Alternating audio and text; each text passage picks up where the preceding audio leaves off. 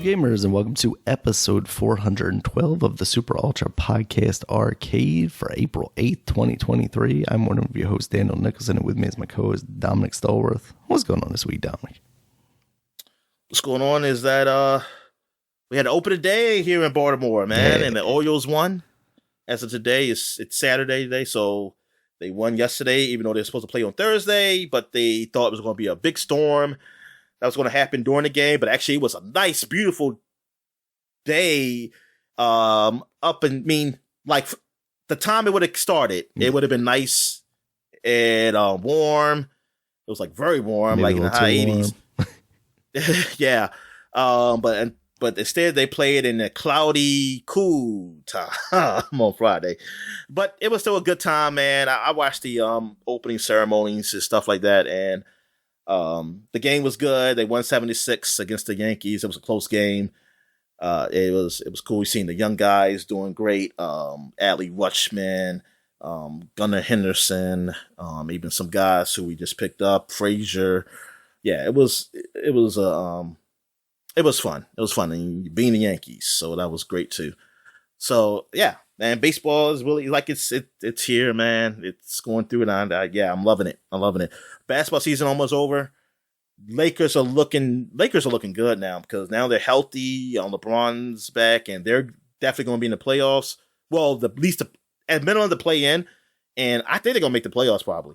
I think they might. Yeah, so they don't have to play in a play-in game or it could be like a 4-way tie. Somebody say it's a possibly. I don't know how that's going to work. Mm-hmm. Like how they decide who's going to be where, but.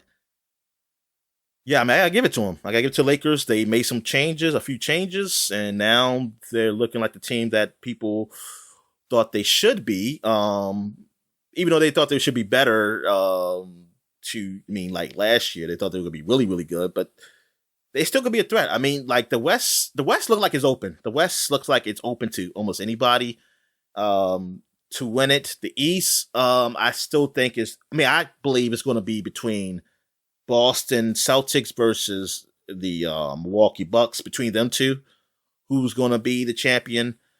To win it all, I'm not sure. I can see Boston, Milwaukee winning it. I can also see Phoenix maybe winning it if they go. But nah. But on the big story is that like the Mavericks are out of it, man. Like with Luka Doncic, the Great White Hope, man. Their team, they picked up Kyrie. Like, ever since they picked up Kyrie, they had a losing record. And they could possibly, they're out of it if the playoffs start today. But they still have a chance to get in the play-in game. But, yeah, man, they could possibly not even make the playoffs. And, that, nobody saw that. Nobody saw, that happening. It's one thing to say, oh, yeah, they're not going to get past the first round or they're just going to be in a play-in game. I didn't even think they'd play in game. I thought it was going to be like a team. I mean, they were. At one point, I think they were in fourth place one time in the league, even though everybody was real close. But I just thought Luka was so good. But it just shows that, they need help. He needs help. And I mean, of course, Kyrie wasn't the answer because, they need different defensive help. And they don't have any. They don't have anything defensively to counteract any team. So, I don't even care to see them in the playoffs, honestly, because I don't think they're going to do anything. I mean, but you never know. Maybe Luka might go big and surprise some games, but they're not winning a championship. But yeah, I was shocked when I saw that. When I saw they were out the playoffs, because I haven't paid attention to the NBA. I haven't been looking at the standings or nothing. So, yeah. Oh, yeah. And NCAA, you got the women's basketball happen. LSU won, and that was they beat Iowa. So yeah, that was it was a little surprise that Iowa beat South Carolina, the number 1 team. But Caitlin Clark she's a great player. She won the Witten Award, which I did not know the women's award was still named after John Wooden like the men's. I thought they had another name for it, but because I just kept thinking oh, she won a Woody, and I was like, oh, that's not that's not right. But. Yeah, but she's excellent. But she couldn't. Of course, she couldn't come through in that game. That game was horrible, though. Not as the players. It's not the players' fault. The officials. because they caught a lot of fouls and had the big stars on the bench. And Caitlyn, I think she still stayed in the game, though, even though she was in foul trouble because they had to, because she is basically the team. But they're like, yes, you had people on the bench, and in there, Iowa had their other stars on the bench. So it was basically almost like the LSU bench, was the it was like the benches won. LSU bench won. They scored the most points I think they ever did. The girl named Carson, man, she scored the most points of the team for LSU. And yeah, they won it, even though it was a horribly officiated game. It's like, hey man, you promote this game, you're gonna get people get the stars fouled out. What the hell are you doing? But anyway, yeah, LSU won, so good for those guys. Those girls, / women. Also, you had the boys / men. You had the Connecticut was in a championship versus San Diego State, and Connecticut won. So unfortunately, even though nobody really calls them a blue blood, they're a blue blood. Connecticut, they won like 5 championships in their whole lifespan, and they've been top teams in my lifetime. They've been the top team a lot. So a blue blood still won. A top school still won at the end, even though it was a lot of upsets. And even though this Connecticut team wasn't predicted really to win, but it's good for those guys. Good for those guys that came through, and that their new coach. Well, I don't know how long he's been coaching there now, but this is the first time he's won a championship as the head coach for that team. But it's just like the fan in me is kind of upset because I was hoping to see somebody different who never won before. So I was kind of hoping San Diego State would win, or the other schools in the Final Four. It was Miami and the Florida Atlantic. But both Florida teams lost in the semifinals, so that was pretty bad. That was bad for your state, Daniel. What'd you say? That's when you checked out. Yep. Yeah, because the Floridas were gone. Yeah. So yeah, that's pretty much it for sports. XFL. Oh, XFL. I don't know, man. Maybe this was fixed. The fix was in, I want to say. Because the DC Defenders lost. Damn. Finally happened. Now, I ain't saying the loss like, oh, they lost, that's why it's fixed. The reason I say it's fixed because they lost to the worst team in the XFL who hasn't won a game. The undefeated team lost to the defeated team. And I was like, interesting. Yeah, DC finally got their first loss, and they lost to the worst team, so that sucked. But yeah, I haven't really paid attention to the XFL this week. I know there's some games this weekend, of course, but I think there was a game maybe on Thursday, but I haven't even looked at the freaking schedule or nothing, so I have no idea what's going on because I've been paying attention to baseball.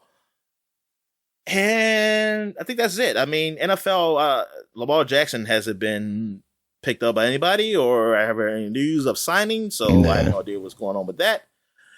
So, so I guess you can talk about WrestleMania weekend last weekend. So how was it? Yeah, so overall, I would say it was pretty good. I know you told me you watched some of the NXT show.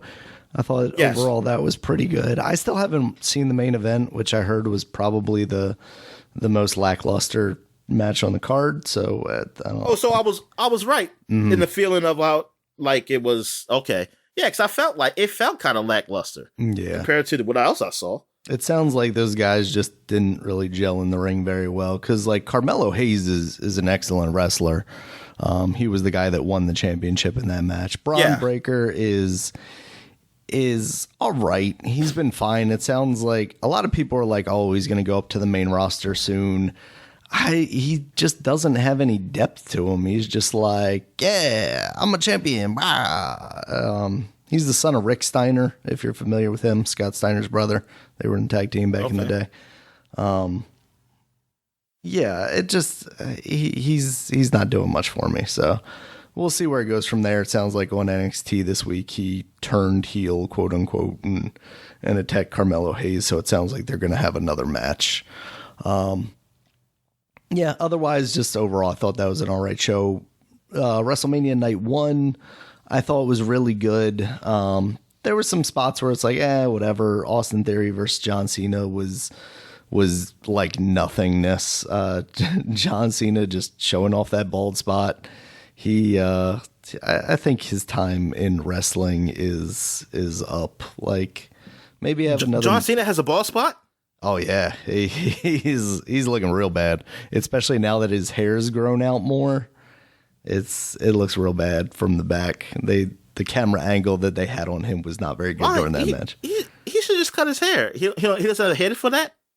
I don't know why he wouldn't. I mean, like, even when he had the crew cut, it was less noticeable. But now that he's got that kind of like dad hair, it's very noticeable. So he needs to do something. He needs to go to one of those like South American clinics and get the hair plugs or something. Or do what whatchamacallit from the Bears did. What's his name? The linebacker. Yeah. Oh man. Can't think of his name. Urlacher. Yeah, yep. Exactly. Seeing him with hair is still just so ridiculous to me. Yeah, so that was a basically nothing match, and Austin Theory cheated to beat John Cena, so it feels like he's didn't really do anything for him, and John Cena's out. He's gone. So I don't know. Oh yeah, John, that bald spot is like so. Yeah, just cut your hair, man. Yeah, he's getting into where Dean Ambrose was before he eventually cut his hair before going to AEW. Yeah, so that was whatever. Seth Rollins versus Logan Paul turned out to be fun. There was a spot where out with Logan Paul was a giant energy drink, because he's got this Prime energy drink that he sells. And it turns out that was KSI, who is another YouTuber. He's also partnered with Logan Paul on the Prime energy drink. So he was in that costume, and Logan Paul was about to jump on Seth Rollins on the announce table, and Seth Rollins grabs him and pulls him over, and you just see this energy drink getting squashed. That was pretty funny. Rey Mysterio versus Dominic Mysterio was pretty good. Rhea Ripley versus Charlotte Flair was right up there with the best match of the night. Rhea Ripley won that. Charlotte landed on her face at one point. It looked like she maybe busted her nose. And then the main event of the night, Kevin Owens versus Sami Zayn versus the Usos, was about as incredible as everybody kind of expected it to be. Kevin Owens and Sami Zayn won that. It seems like that story, of course, is continuing, though, with the whole bloodline and what's going to happen there. Because kind of to jump, maybe not jump to it, real quick, Gunther versus Sheamus and Drew McIntyre on night 2 for the Intercontinental Championship was a very good match. Just 3 very large men just beating the crap out of each other. Bianca Belair versus Asuka was not as good as I had hoped. Bianca Belair won that, which also kind of makes me sad because they brought Asuka back with kind of her like more Japanese gimmick, which she was doing before she came to WWE. It's more like weird murder clown makeup. And just to have her lose once again at WrestleMania, like I don't know that Asuka's won at WrestleMania at all. It's just kind of deflating, her new character. So I don't know if they're actually going to continue that or what. There was a segment with The Miz and Snoop were kind of hosting the 2 nights. The first night, The Miz got beat up by Pat McAfee, who came back and had a quick match with him. The second night, The Miz was like, "Oh man, Snoop, you put me in this match. I can't believe it. You messed up my $1 billion suit or whatever." And Snoop's like, "You got a problem with it? I'm going to bring out my buddy to beat you up again." So this time he brought out Shane McMahon. And Shane immediately blew out his quad, apparently, and just fell to the ground and did not get back up. Snoop shouldn't be out there either. I don't know. God damn. He pulled we it were off. Just talk about how much of a sellout. I mean, I say sellout, I know, but I'm not really mean sellout in the most negative way. It's just that he's just always he just shows up anywhere. Snoop it just will seems do like it he all, just shows Dominic. up anywhere, man. You give that man a check God and he's damn. there. Yeah, but Snoop pulled the segment out because once Shane went down, Miz's face was just like, he had no idea what to do. And there are videos now of just like the cameraman telling Snoop to go punch Miz, and he does. I guess it sounds like that was kind of the angle that was supposed to happen after the match, whatever the match would have been. Probably would have been like a minute anyway. But they pulled it back together pretty well. So that was entertaining. Edge versus Finn Balor. That match did not live up to what I had hoped it would be. I mean, Edge also won, which is disappointing to me. But at a certain point, Edge throws a ladder at Finn Balor and apparently busted him up very good. Apparently, they stapled his head in the middle of the match, and then they went back to it. But there is a very graphic picture of a large hole in that man's head. Real rough stuff. But to get to the main event, Roman Reigns versus Cody Rhodes. I had mentioned last week, everybody is, expecting Cody Rhodes to win here. Shockingly enough, I actually went to bed before this match started. Like, I saw the entrances, but I was falling asleep. So I was like, I'll just watch it in the morning. I'll try and stay away from everything. I'm expecting Cody to win anyway, whatever. But I'm sitting there watching it in the morning before I get ready for work. And like, it comes to the end and Roman just pins, like, after all these shenanigans, because, Kevin Owens and Sami Zayn come in, because the Usos came in, and, there's just they hit Roman with their finishers. Cody hits like 3 of his finishers in a row. And then right at the end, Roman Reigns pins him, and I just started laughing. I was like, I can't believe they did it. Because like, everybody expected this to be the time Cody Rhodes was going to win this match. And there were so many people that were upset about it not happening. And I'm sitting there thinking, like, in retrospect, like, this is the same company that had Triple H beat Sting because Sting was a WCW guy, like 20 years after the fact. Like, of course they're not going to have Cody Rhodes, this guy who built the competition, come in and beat the man that they've had champion for like 900 plus days at this point on the grandest stage in their business, and maybe it still comes, but at the same time, it's just like too funny to think like it was inevitable and then for it to just not happen.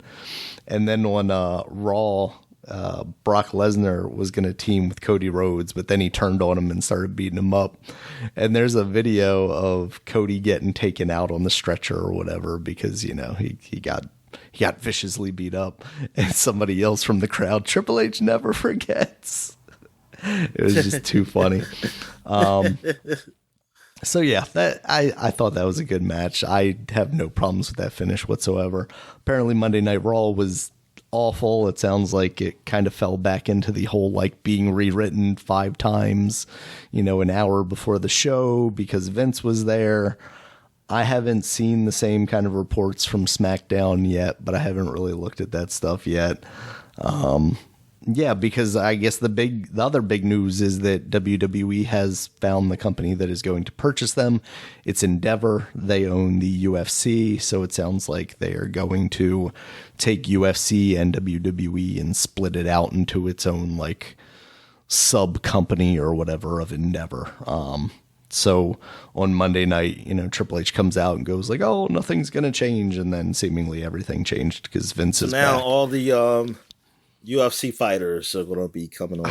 I would not be surprised. Also, the thing that I found out that I didn't know is I think Endeavor also owns, I think it's WME or whatever, like the biggest Hollywood agency is. So like, I would not be surprised if they find their way into getting more and more celebrity cameos. I'm done with the UFC stuff, real stuff. Just get to the fake stuff, man.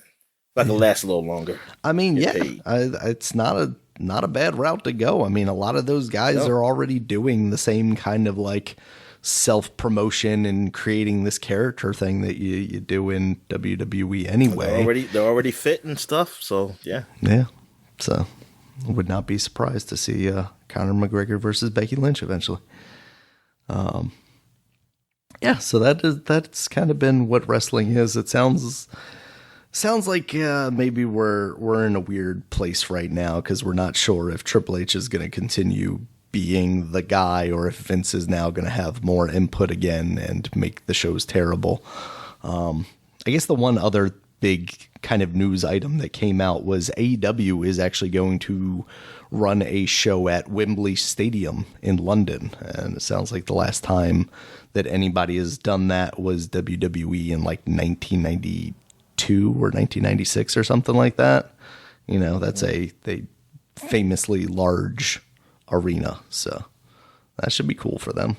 Apparently they get very good ratings in the UK because apparently they're on a more prominent channel than WWE is or something like that. All right. So I guess we'll get to what we're watching. Yeah. So you want me to kick it off? I guess I'll start. I guess I'll go ahead because you actually watched something. Movie. Yeah. So I watched this movie. It was nominated for an Oscar. I mean, I didn't know that when I first started watching it. I started watching before the Oscars, and well, it was already nominated. But I was looking up movies to watch from 2020 that were good, and this came up, The Banshees of Inisherin, and I didn't know nothing about it. I thought it was gonna be like some serious movie, and I was gonna get bored and then say, "Fuck it, I don't like this." But it was actually kind of funny. It was like almost like a dark comedy, somewhat. Well, yeah, I guess you can consider it like a dark comedy because it's about this guy who Colin Farrell plays in it, and this other Irish dude who you've seen in a lot of period pieces in Harry Potter. So they were friends. Well, they always would be friends until the movie starts. He goes over there to meet them because they put them meet at the pub, like they always do in the morning. But the guy wouldn't open his door, and then the guy just came to him. I think said like, "I don't want to be friends with you no more. I don't want you to talk to me no more." Nothing. And that's just how the movie goes. It's like he's trying to figure out what the hell is wrong with this dude. Like he keeps avoiding him and stuff. And basically, I think he believes like this because this guy is holding him back from living life. Like he said, "I don't want to die," and nothing, basically meaningless or something like that. Or like he don't want to live in this world and have nothing. He's done nothing or something. And he's blaming him for holding him back from that. And it's like a quirky type of like movie, and it takes place during I think in the 1920s. I know it's during like the Civil War in Ireland, IRA versus I don't know leprechauns or something. I don't know, but then so they and it has the woman. I think Colin Farrell lives with he lives with his sister, and they're like this in a small village, so everybody knows everybody. He also has a donkey. I forgot her name. But he always like his pet donkey or something like that. And I always question though, like I was always questioning though that like where are their jobs? Because I mean I know his job. I think he's like a herder. I mean he has like cows and stuff, so like maybe he sells milk or something like that. And I always want to know what his friend does though. Like he has a house, and I know he plays music, like for himself though. But I was like, oh, how does he have? Because they go to the pub. I'm like, where do they get the money from? Or like, how do they pay for this stuff? Like what does he do? Maybe he's I just never former famous musician, Dominic. Yeah, I was like, I don't know. Maybe unless did he have an inheritance or something? And like, well, just like Colin Farrell, I mean, I can say like, okay, he's a farmer. I mean, he walks the cows and stuff, but when he goes to the pub, like, I don't know. I mean, they don't show like where he sells and get like, where do you sell to get the money, and then you get money for the pub? I mean, I'm sure everything's on like credit or something, because I never see him exchange money. And I'm sure there's like, hey, they'll pay at a certain point. Yeah. I mean, like there's a pub, but yeah, it's I mean that's for some reason that's why I took out of the movie. Was just thinking like, oh, what these people, what these people do like for work. They live off the system. The movie's pretty good. The movie's pretty good. It's pretty good. I mean, it's like, I don't even know, man. Like it got to a point where it was kind of sad too. It's like I feel bad that he kind of just avoided him because it's like he has some other friends, ain't but so many people on his island, and it's like you just not being friends with him. It's like, what's he going to do? Yeah. It's like it was an interesting movie. What else have I watched? I haven't really finished it yet, but I mean I've seen it before already. But I'm watching again Jurassic World: Fallen Kingdom, the second Jurassic World movie. Oh, okay, the second one. And that I'm watching it like 3D through the Oculus. So the 3D is adequate. And now I'm thinking, was there an IMAX version of this? Because now I'm kind of regretting that I watched most of this in 3D. You're spoiled, though. It's all about those IMAX versions. Because I'm like, because the 3D did nothing. It does nothing for it. Like there was nothing really special about it. Like I didn't see like a dinosaur come at me in the face or nothing. For some reason, I felt like I enjoyed the first one more in 3D. But then again, that was one of the early Oculus 3D movies I watched. So I probably was just excited just to see a 3D movie. But now I'm just getting jaded again, just like in the movie theaters. So like, say, man, fuck 3D. They ain't doing nothing for me.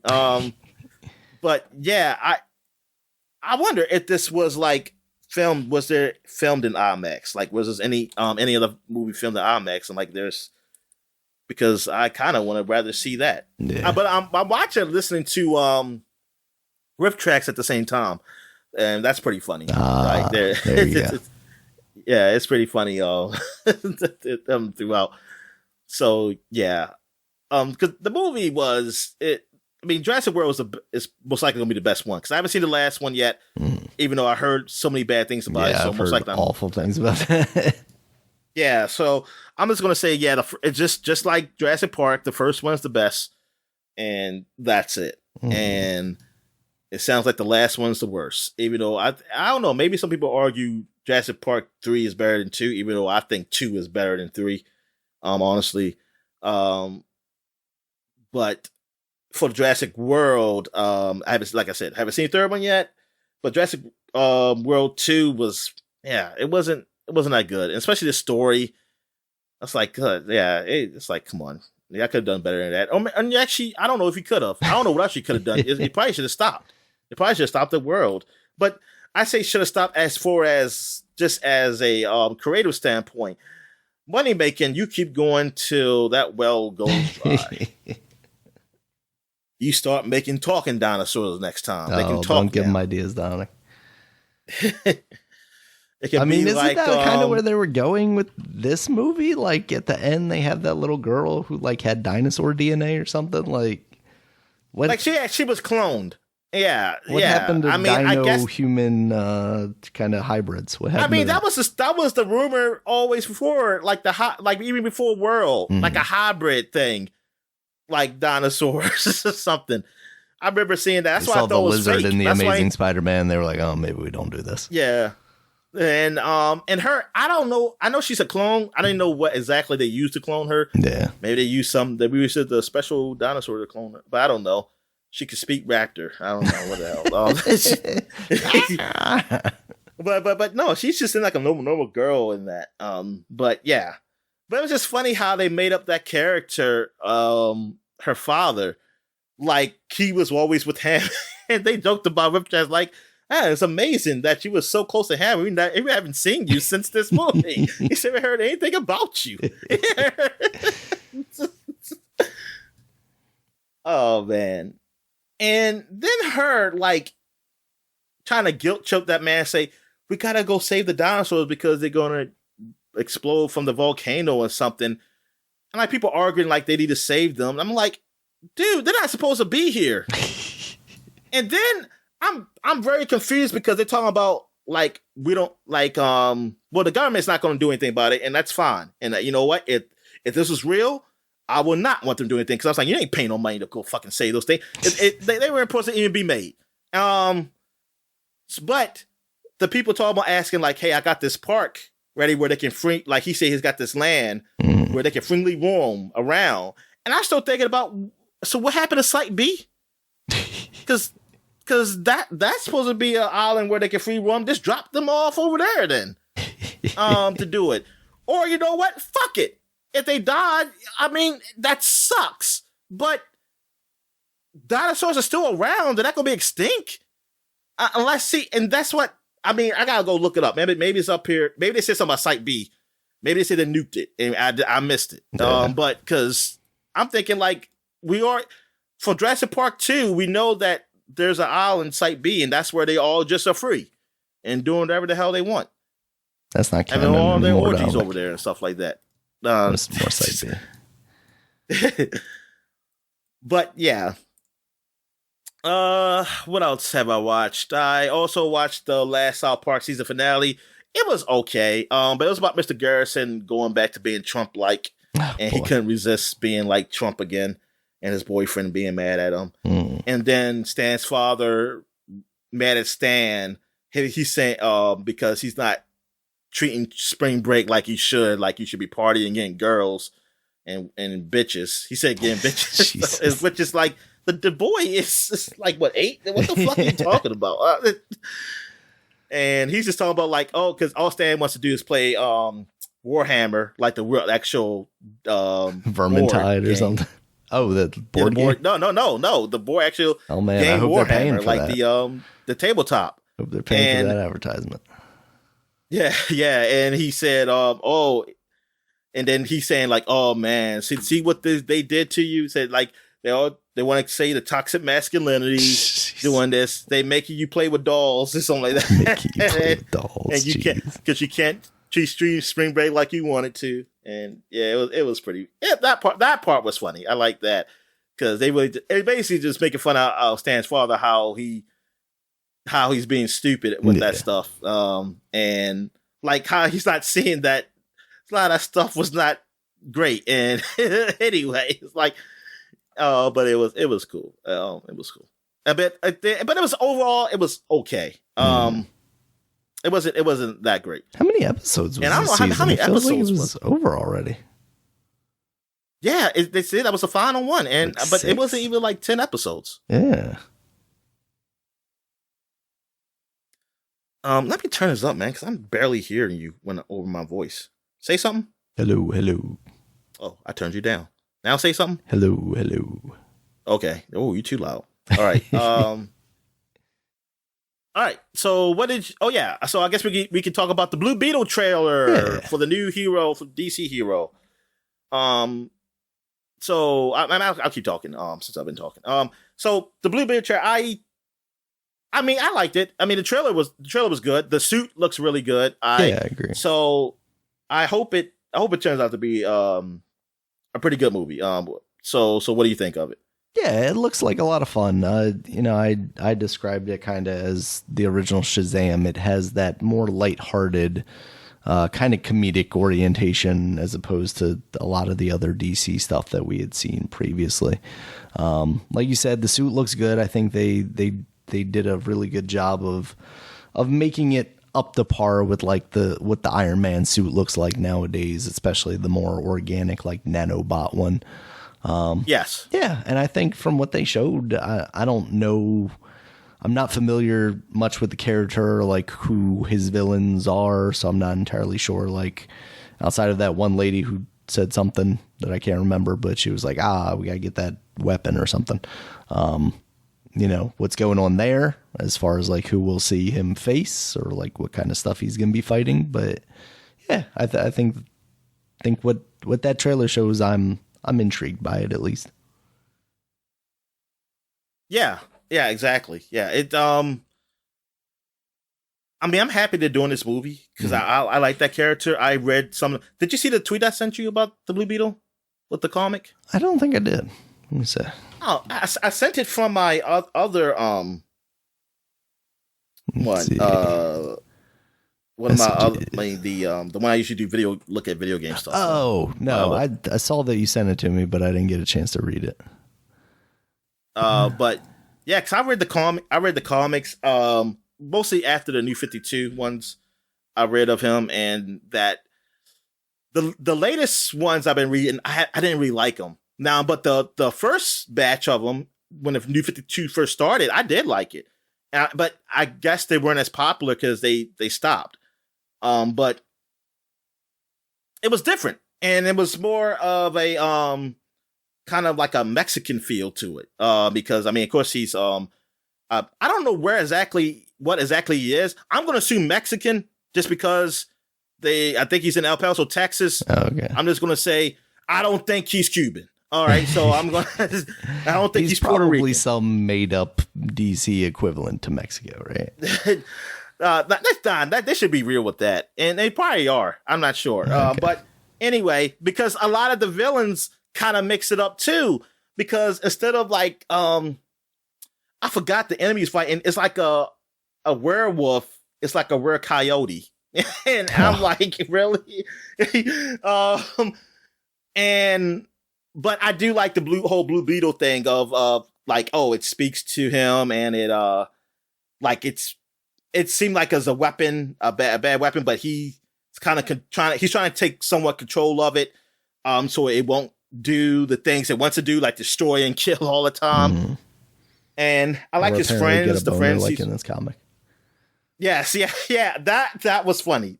That was funny because I remember that comic. I remember like when that happened. It was a scene where he was fighting Bleeze from the Red Lanterns, and he was with I think Kyle from the Green Lanterns, and like apparently like the thing was saying, oh, you're feeling aroused because Bleeze is she has her body makeup is sexy, and if you ever seen her with an actual mask off or something, she actually before she became a Red Lantern, she actually they make her look pretty good. And she has these black wings or something like that. But she looks like the devil chick in this, but she still has like a nice body. I guess she was on top of him, and he's supposed to be like a teenager. So it's like, it's like he's like I am scared and aroused basically at the same time. Yeah, that was pretty funny. But yeah, I hope it turns out to be all right movie. It's good to see like George Lopez out there. It's like, man, he's getting older too. Everybody's getting older, man. I was like, damn, man, that is something. Mm-hmm. But at least it's not your boy they got in there. Who's that? What's the other comedian name that always steals jokes? What's his name? Oh, Carlos Mencia. Yeah, glad that your boy Carlos Mencia in there. You're gonna regret that when he comes out as a cousin or an uncle or something in here. Man, George Lopez wasn't working with him because I think he was already mad at he even talked about it. Yeah. Let me see. I think that's it. When's this movie supposed to come out? When is the date? Let's see. Blue Beetle date. August 18th. Okay.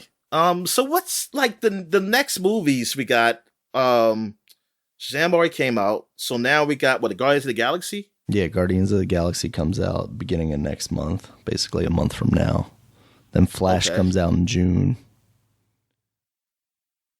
And then, you got the Blue Beetle and the Miss Marvel the Marvels are later this year. Yeah, Marvels I think have been pushed back to like November because originally they were July and then something else was coming out in November, but I think everything got pushed back a little bit again.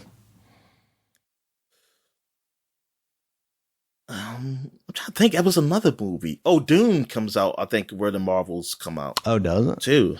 Man, I haven't heard anything about that. They got Indiana Jones. I think that comes out too. There was just a new trailer because they did Star Wars Celebration this past week. I loved Indiana Jones when I was young, and I like those movies, the old movies. I didn't mind number 4. I think I watched number 4 probably twice, and I didn't mind it. But this one is just like, why? Like why? Or like, why can't Harrison Ford just be old and you have someone else? Yeah. I mean, okay, you're not going to do Shia LaBeouf. That's fine. This one does kind of look like maybe they're doing like the Shia LaBeouf thing over again, but now with, I think, Phoebe Waller-Bridges, I think, a lady from Fleabag. I think she is, like, kind of, from the trailer, it looks like she's gonna maybe kind of be doing the replacement. She's gonna be Tomb Raider. Okay. She's gonna be Lara Croft. Man, there's... No, it was Amazon that bought the rights to that. If only Disney had gotten that, they could have done the crossover everybody wanted. Don't say that. Disney got everything else. I think they don't need nothing else. But now we're not going to get the crossover that everybody wanted, Dominic. Oh, no, I ain't want that crossover. I just want that porn. That's all I wanted. Oh, no. All right. What? I think that's it. Yeah, I don't think anything else was. So I guess we get to what we've been playing. Oh, sorry, I was just gonna say, did you see the Ahsoka trailer that they've released during Star Wars Celebration? No. Okay. It's got a lot of people that you might recognize that I wouldn't, because you've seen all the cartoon I'm very confused. I thought May the 4th is in May, isn't it? Well, what's up with these Star Wars celebrations? I don't know. They got to catch up from COVID, Dominic. They're gonna fit like 7 Star Wars celebrations into this year, I guess. I don't know. Yeah, see, yeah. God darn, it's like it's just a month away. They couldn't wait. They couldn't book whatever place. Oh no, it's taking place in London, Dominic. So like May the 4th is already happening in London. That's how time works. They're a month ahead of us. That's why their games always release so late, because they were a couple of months ahead of us. Came out at the same time. Yeah, they do. Because the reason why they're my favorite, because they do spring forward, but they never go back. They just keep springing forward. Now they're a couple months ahead of us. Yeah. All right. So I guess we get to what we've been playing. So you can start it off. Yes, I've just been playing more Wind Waker. I got through the first dungeon, the Dragon's Roost. Yeah, I'm having fun with it. Still looks good. Still runs very well on the emulator. So I don't know why you're playing that when you know they about to announce the Switch version. Because they're not announcing the Switch version. I know. That's why. Because the Zelda, they got this Zelda game coming out. They missed that window. They could do it afterwards if they get, like, I don't want to say desperate, but like if they don't have anything else. But like they've really missed the window where they should have released it like at the end of last year to kind of be the filler thing until the new Zelda comes out. Yeah, Nintendo. I don't like I said, I think it's a balanced thing, because if they do everything we want them to do, they will make so much money it will just cause the economy to collapse and implode within itself to create Japan a black hole. Will become a superpower again, because their economy will explode and ours will collapse. It'll just be like, this is too much. This is too much. They won't even know what to do with themselves. Yeah. All right.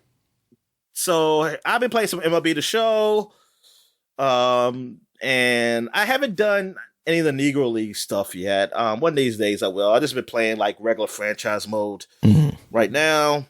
I am curious about the Negro League stuff. I'm curious. They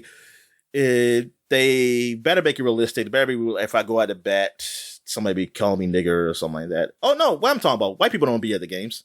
There's a Negro League. I'm thinking about Jackie Robinson. Yeah.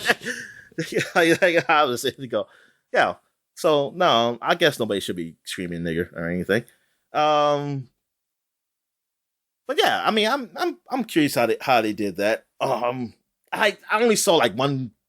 I'm gonna call it a review, but I just saw somebody say, "Hey, this is nice." But I was like, "Oh, you're a white dude, man. I can't. I need a black guy person to tell me how good it is." No offense, but I need to see like a black perspective.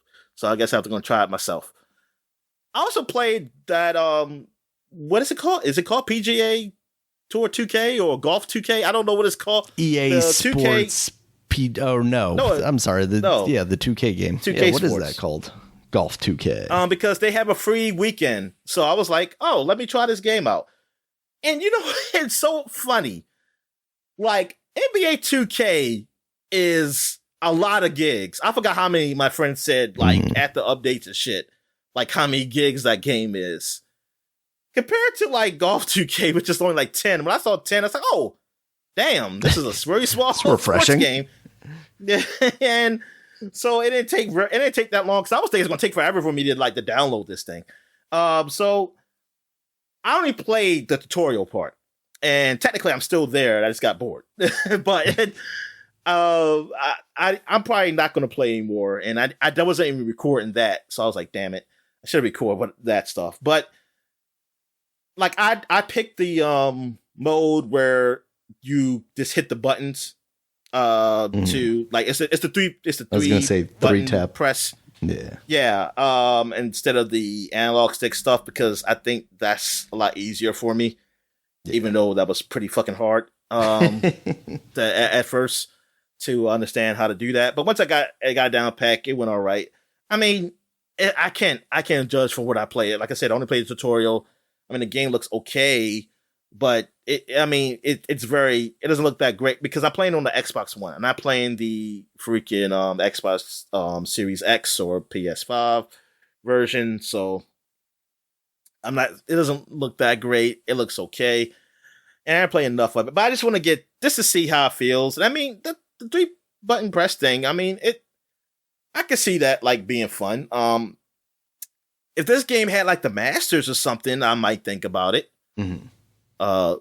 Doing it, but none of these games. Wait a minute, is EA Sports One getting the Masters? Is anybody getting the Masters? Is this one? I want to say the EA Sports one maybe has the Masters. Let me see.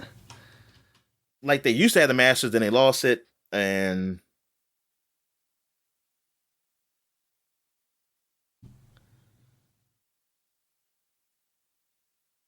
see, it looks like, is this the recent one? Home of the Masters. EA Sports. Yeah. Road to the Masters mode.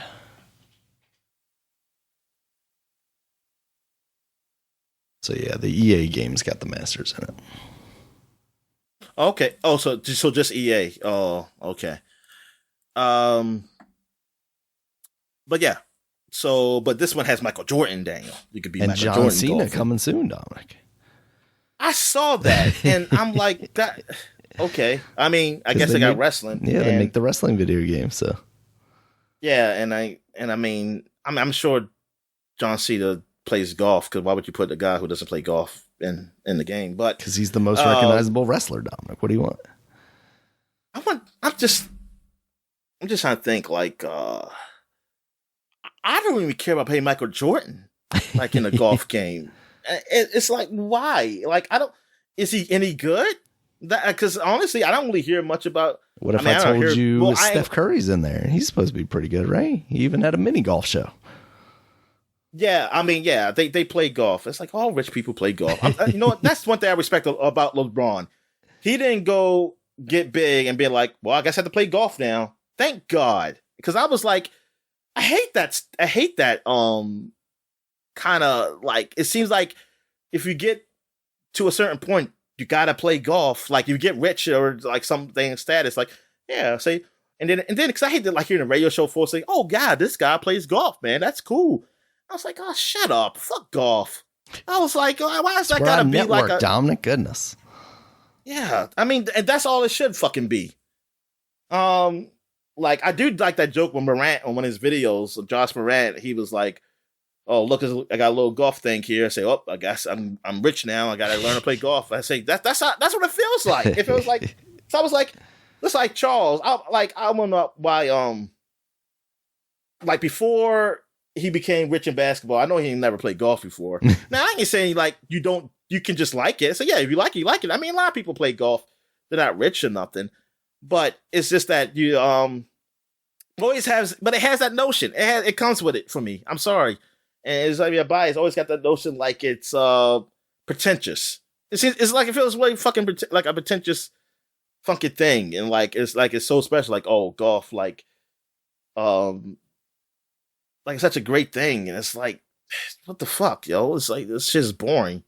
And this like show me somebody do fucking mini golf. Show me somebody who can like get a hole in one with the freaking gorilla. Swinging his arms around and you got to get past it. That'll impress me. I want to see that. or with the windmill or something like that. All right. So I'm about to edit it out. We're gonna lose all our golfers who listen to this podcast. No, I'm racist against golfers. All right, so I played some more Vampire Survivors, and I've been playing a shitload of that. Oh yeah, I've been playing on that hard mode, and I won because I cheated. At you. Oh okay. I put the mods in. I put the yeah, I was so glad. I didn't think the mods were going to work because I was doing through Game Pass, and everybody kept showing Steam, and only one person on Reddit asked about does it work with the Xbox version, and he said like I can't find it on Google anywhere, and I couldn't either. That's like, darn. I guess everybody's just like fuck the Xbox version, and nobody's supposed to say it. So I just did it anyway. I said let me go and put it in the files in here and just see if it works, or I might corrupt the game, and I had to just reinstall it. So I did that, and it worked. The mods work, and like it has an old mod thing where you can mod like how far the like items can magnetize to you. Like you can mod how many weapons you can have at a time. Like you can up it to more weapons. How many loot boxes open? Like you can mod a lot of shit in this mod. And there's other mods where I have like mod certain characters that look like certain things, like the Castlevania character or some shit. But I didn't fuck with that.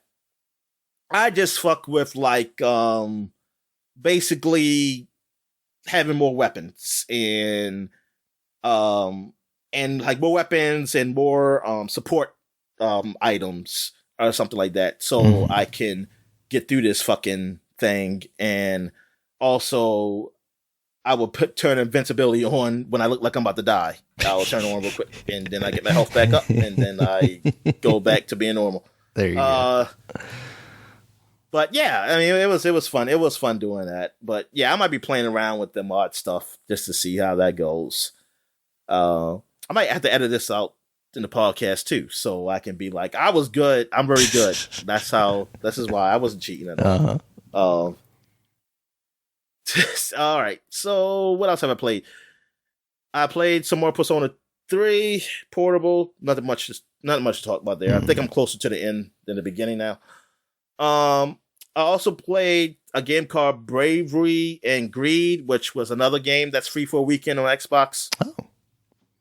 I'm not sure these games are all free. There might be, because sometimes games are free everywhere for free for a weekend, but I just see it on Xbox. Yeah. So Bravery and Greed is a roguelike it's a roguelike combat game, action game. It's not made by Team 7. It's published by Team 17. The same guys who done a whole lot of shit. I mean, they done the game that the other roguelike game. Neon Abyss? A Neon Abyss, yes. And that's what it reminded me of. I was thinking like those guys had made the game. But they didn't make the game. They just took a pixelated game and just made an action game, and it looks very similar to it. Okay. So yeah, I don't know what these guys have done. So I read somewhere on Steam, somebody said only 2 guys worked on this game. I said, okay. But yeah, it seemed okay. It seemed like, it seemed like an okay game. Only problem I have is that it's co-op also, which I heard is a lot of fun. Unfortunately, it's not matchmaking co-op. I have to invite people. It is online though. I give them that. It is online.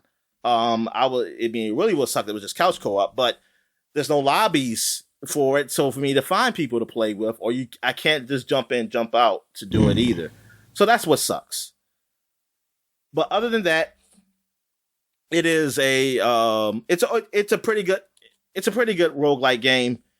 By the time you hear this, it's not going to be free for a weekend, but I think I don't know how much it costs regularly because it's on sale right now.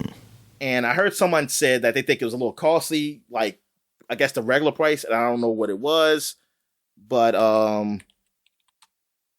yeah, it's like it's $20 on Steam. Doesn't look like it's on sale at the moment on Steam. So. Oh, okay. So I guess some people thought that's a little too much, but you know what? Maybe 15 should be better. But yeah, it's an all right game. I think there is a demo, so you can try it. I believe on Steam. So yeah, that is okay. I was very wrong by T17 for Fall Guys. I don't know why I thought Fall Guys was T17. I could have sworn I saw T17 before Epic Games too. Like it has that kind of aesthetic. Like, I mean, obviously it doesn't look exactly like one of those things, but it has the same kind of like general feel to it.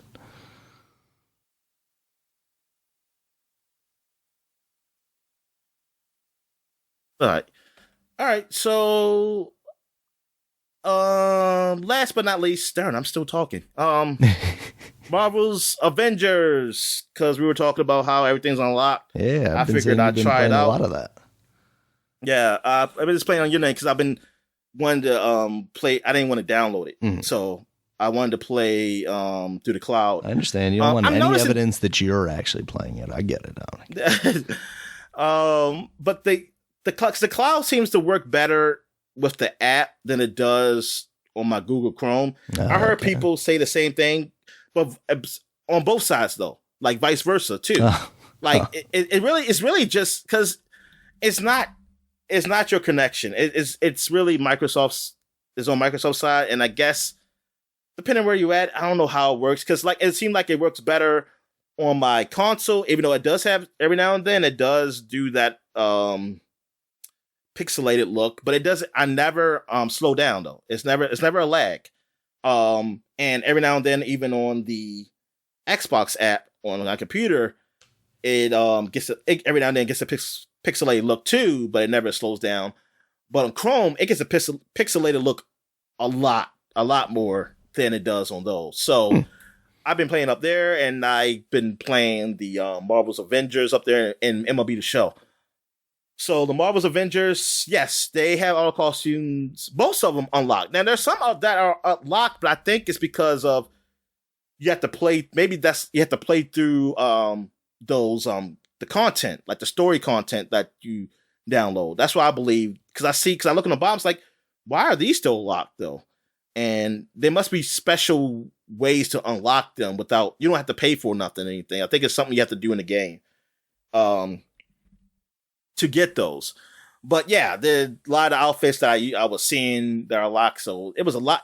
I didn't realize they had like those outfits based off the TV shows that came on Disney Plus, you know, like they had some special. I forgot we mentioned it, but you know, I'm not really paying attention to much of that about that news because I wasn't playing the game. But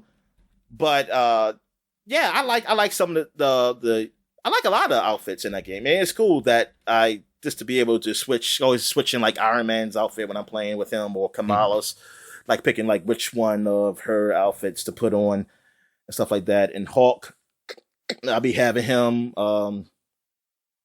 in that big like looking like in that suit, looking like a gangster, like a 1940s gangster or some shit. And or like look like a wrestler and things of that nature. Yeah, and playing through the story again, I'm kind of fast forward through a lot of the scenes, but some of them I kind of just look at. Like, as the story was good. I enjoyed the story itself. The gameplay is where it gets old fast. Like, I get bored. I can get bored really fast. But the story was just always great. Great is a stronger word. But I mean, I thought I enjoyed it. It was a story that I really enjoyed. Because I really want to play the new stuff, though. I want to get the new content, but I wanted to unlock some things, and you had to go through the story again. So I'm kind of just rushing through that, getting through that. But I have a feeling I'm going to get bored again, and then I will never get to the new stuff. So there you go. And that's it. So I guess we'll take a quick break. When we get back, we get to the flashback segment. All right. And we're back. So now we're flashbacking to 2013.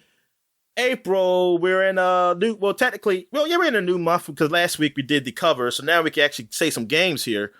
So 10 years ago in April 2013, we had Ninja Gaiden 3, Razor's Edge came out for PS3 and Xbox 360. This is the third Ninja Gaiden game. After, like, what was it called? Ninja Gaiden 2 Sigma? Was that what it was called? No, on PlayStation? I don't think so. The game considered equivalent to the Ninja Gaiden Sigma games. What the hell is that?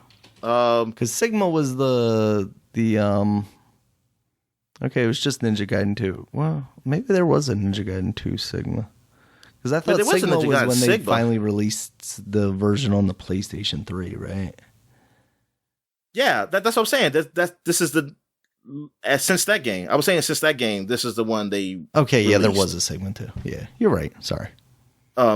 So this was the last. Yeah, this was the one since then, and apparently also it came on Wii U also, but that was last year. Wait a minute. What? This came out already. This is November 18th on Wii U, 2012. It came out a year later for the That doesn't make any sense. On Wikipedia, this is what it shows. It don't make any sense. Okay. North America. Wow. There's no way this game came out on the Wii U before it came out on the 360 and maybe the PlayStation, they paid for right? it. They must have. Maybe Nintendo must have paid for it. Oh, it was published by Nintendo. That's why. Oh shit! I didn't remember that at all. So this is actually the this is there's already been out for a year. Well, months. It's been out for months. That's crazy. Yeah, because it was published by Nintendo for the Wii U, so I guess it came out on there first. But they weren't like Sega with Bayonetta though. Like Nintendo is just public. That's almost like it's owned by Nintendo, but they publish it and they're gonna keep it up there. While Ninja Gaiden got to come on the other consoles. Yeah. And the PC. But since we probably didn't talk about last year, we probably didn't talk about so we talk about now. So Ninja Gaiden 3 finally came to the masses because I'm pretty sure it didn't sell that well. I'm on the Wii U. But it didn't rate that well. It got 67 on PS3, a 70 on 360. It was a 69 on Wii U. Nice. Yes, nobody else can grade this game unless you can get it to stay at 69 on the Metacritic. But yeah, let's see why the people did not like it. It got negative criticism and hardcore fans backlash to heart. Wait, let me see. They said Yosuke Hayashi and his team clearly took the negative criticism and hardcore fan backlash to heart, and they deserve a second chance. Let's see what they say. An early version of the game was well received by Mick Dyer of IGN, so he was probably paid. And IGN's review by Ryan McCarthy stated, "It's fantastic to see this kind of hardcore gamers game on a Nintendo console and at the Wii U's launch." Oh, it was at the launch, no less. Huh. And you can forget much of what you may have heard about the original release of the game. On the other hand, Kevin Van Ord from GameSpot wrote, "It's harder and more varied than the original release, but Ninja Gaiden 3 Razor's Edge doesn't reach the greatness of its forebearers." So, I mean, technically, Ninja Gaiden 3 did already come out. It's just, this is the Razor's Edge one. And the Switch got to have it first. Okay. That makes a little more sense. Yeah. Okay. So that's why the Switch got it. They got it a little early just to help their boost, but it was already Ninja Gaiden. It wasn't like they got Ninja Gaiden 3 first. So, but Ninja Gaiden 3 said this is better game than Ninja Gaiden 3. One of Eurogamer's Martin Robinson said, and one that does commendable things in atoning Team Ninja's past sins, but sadly is far from a brilliant one. Oh, and Jim Sterling from Destructoid gave it a 5.5 out of 10, writing, "Nothing this Wii U release does can improve upon the core gameplay, which remains as dry, disinfected, and Banalsic? I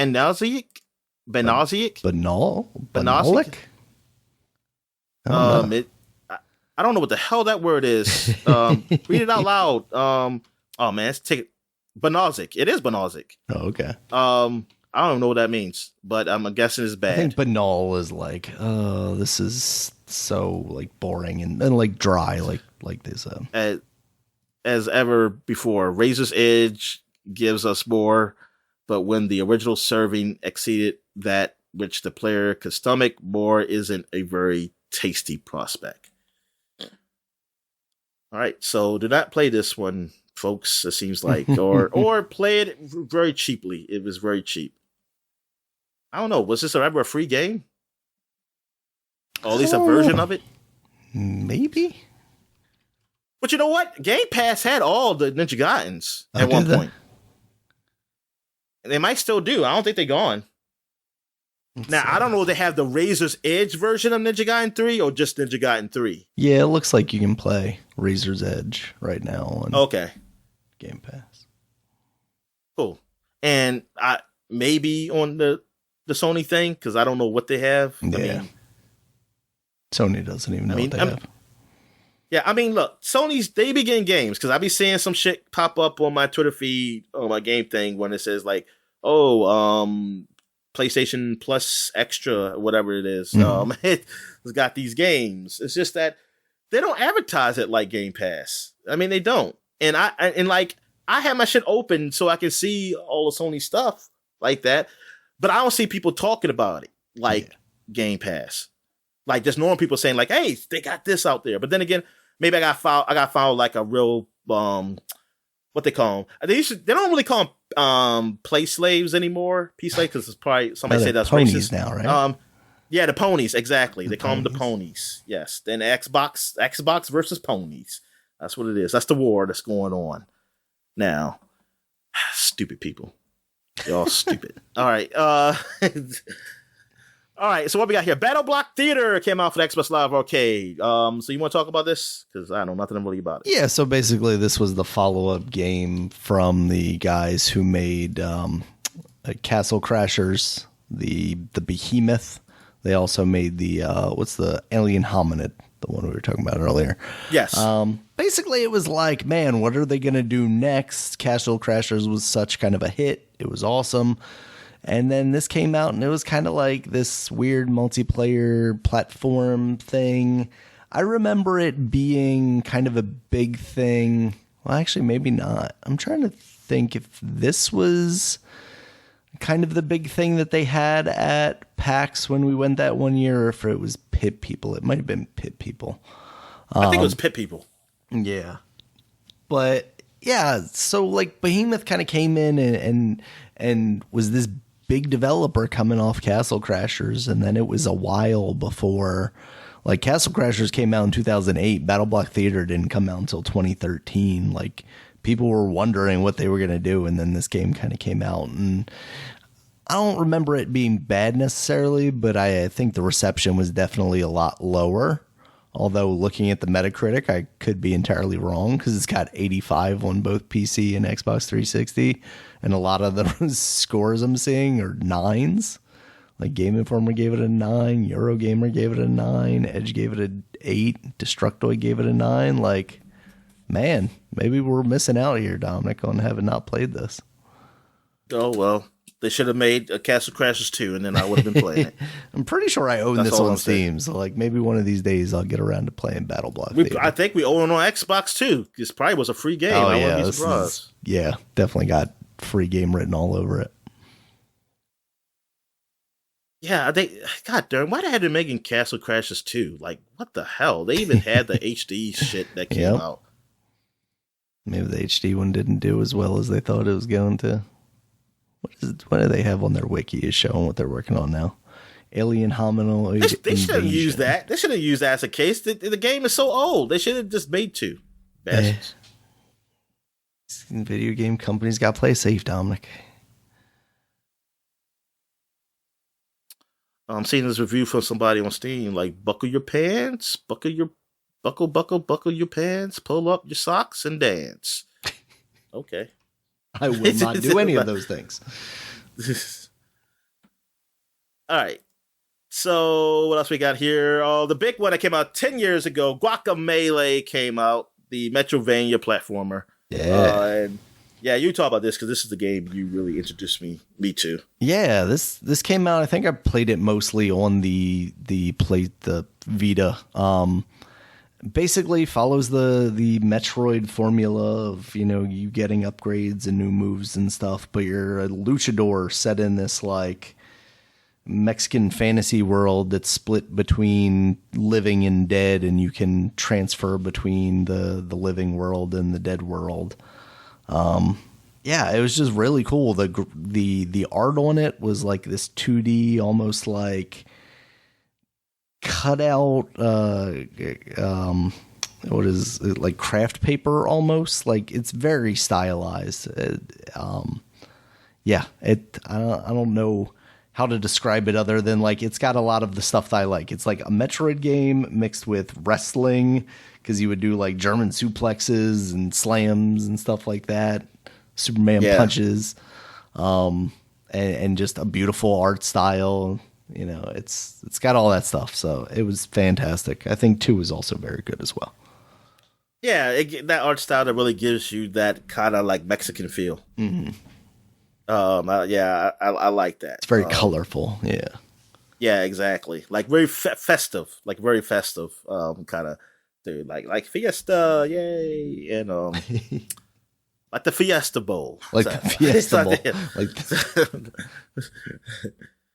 All right. So the last day for 2013, it's not a game, but this was the big news. Lucasfilms Games, though, because Walt Disney owned them then, because they had bought Star Wars. The Walt Disney Company shuts down LucasArts development division and cancels its then upcoming games, which included, I believe, the Star Wars, what's it called, 1313, right? Yeah, 1313, the Boba Fett game. Yeah, so that was horrible, and you said the Boba Fett game, right? That was the other one. Well, I was saying 1313 was basically. Oh, 13 was like the Boba Fett. Wasn't it? Yeah, that was basically. Yeah. I mean, you played as a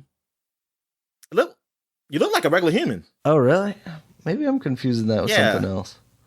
Because there was another 1313, and then there was that other one that was supposed to be like you're like a Han Solo type character.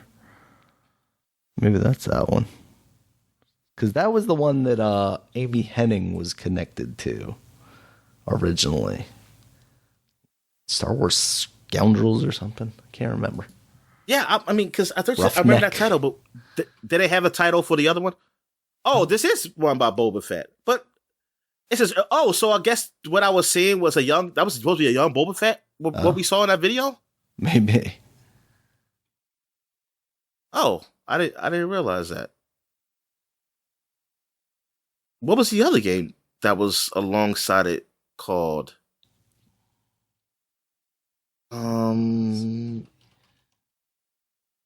I don't remember. I don't remember what it was. I mean, unless I don't know if it even had did it have a title? Maybe it didn't have a title. Maybe it was just another project or something. Ragtag is the one I was thinking of. That's the one that Amy Hennig was working on at Visceral Games. And when was that? That's later. Ragtag, she left EA in 2018. That feels like so much more long ago, though. So I don't know. But so because people were looking forward to that, because this is like next gen graphic stuff at the time, so they were showing this off. Toy Story level graphics, Dominic. Yeah. No, better than that, because it's like more real. Yes. So I guess more like the Final Fantasy movie level graphics. I was a little disappointed, because I was like, no. And then I was disappointed because I was like, what about like games like the Monkey Island series and all these other Lucasfilm games? We were wondering what was going to happen to them. So it wasn't until years later then they made that deal with EA that kind of gave back a little bit of hope because of Battlefront and stuff. But then you know what happened with all that. Yeah. And now it seems like it's in a better place, a place they probably should have been in the very beginning, where it's just give the license out and just have different developers and other publishers and developers work on it. Like you used to be co-publishers to it, basically. Yeah, that was huge. That was huge news. That was like the first time people start saying like "fuck Disney." It's like fuck. But then they was like, "Oh, but I like what you're doing with Marvel," but not anymore. Not anymore. But at least not the. Well, some of those Oh, fanboys just were you screaming wait, there, Dominic, now because they did Star Wars Celebration and announced a new trilogy with starring Rey. It's there's even more hate for Star Wars and Marvel. holy shit! I cannot imagine that. I mean, just the overload that like they are just typing. Some people I got heart attacks, angry typing, and it's like, oh man, there's a new rate. Like, Yep. it's gonna be in the movie theaters. Yep. Oh my god! You sound extremely excited about it. Oh man, this is so. I'm just gonna love reading the Twitter post. That's all. I'm gonna love it. That's the movie right there. Just look at the Twitter posts of the angry people. All right, so now we go back 20 years, and we're going to. Oh well, we're going to 20 years. Why am I saying going to? Okay, we're okay. Let me just continuing in 20 years. Okay, so we're going 20 years ago. We got Midnight Club 2 came out for the PlayStation 2 and the Windows. Apparently, Windows they actually came out at the same time. So this was the second game in the Midnight Club series. Midnight Club 1 actually was people liked it. Midnight Club 2, I believe there was was definitely better than Midnight Club 1. I never played any of the Midnight Clubs, even including the third one that will come eventually in another 2 years after this. But this one got rated pretty well. It got an 85 on PlayStation 2. It did come on Xbox eventually also and got an 86, probably because of the little graphics and the bias.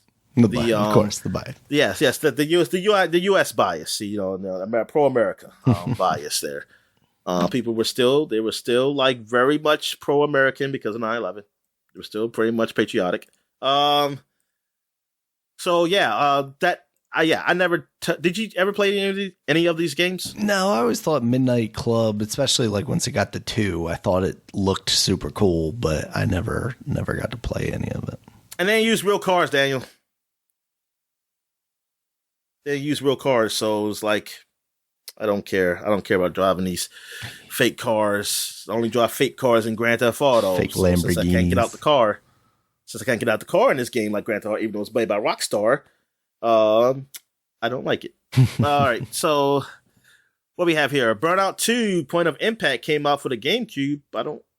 Was this the first release? No, probably not. But I guess we didn't talk about it. Yeah, I mean, I guess because we didn't.